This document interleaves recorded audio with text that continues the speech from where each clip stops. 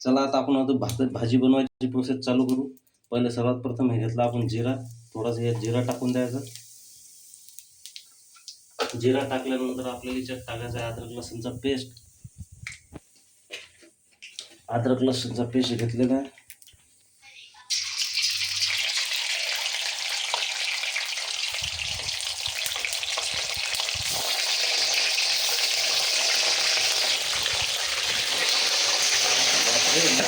हे बघा, याच्यात आपण अद्रक लसूणचा पेस्ट आणि जिरं टाकलेलं आहे.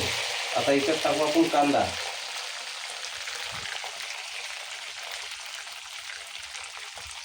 हे टाकला कांदा, थोडंसं परतून घेऊया ना. आता याच्यानंतर घ्यायचं याच्यात टमाटे. हे बघा कसे चॉप केलेले आहेत एकदम बारीक.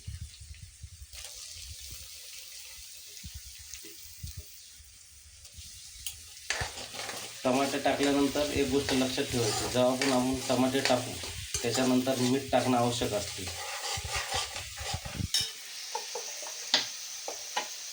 आता टाकू आपण त्यात मीठ. आता मीठ टाकलं म्हणजे यानं काय होते, टमाटे नरम लवकर होऊन जातात. म्हणजे टमाट्याच्या वर मीठ टाकलं तर, आणि हे आपल्या कढईला किंवा बघुन्याला चिकटत पण नाही.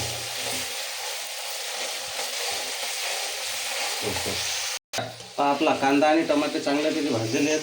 पूर्णपैकी तेल वेगळा झालेला आहे. आता याच्यात आपण 3-4 हिरवे मिरच्या टाकू. यानं काय होईल, टेस्ट याचा वेगळा येते हिरवी मिरचीचा. ते पण अशा तशा कापायच्याच नाही, उभ्या कापायच्या, उभ्या. आता याच्यानंतर आपण मसाले येतात ते तुम्हाला दाखवतो मी.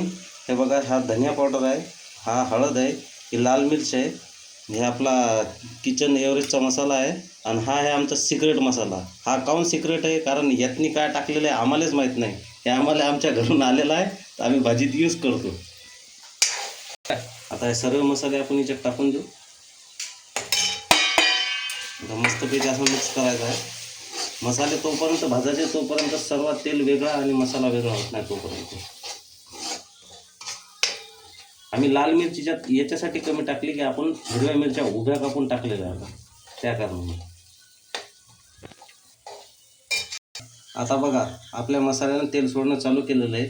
आता याच्यात आपले जे आलू आणि अंडे जे आपण ठेवलेले साईडनं, आता हे याच्यात टाकायचे. थोडा वेळ मसाल्यात आपण भाजू द्यायले.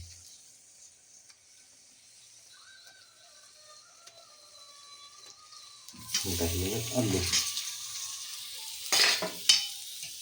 आता हे आपण थोडं मिक्स करून घेऊ चांगल्यापैकी. आलू जे काय थोडेफार कच्चे आपले राहिलेले असतात ते आपल्या भाजीमध्ये पण चांगल्यापैकी होऊन जातात.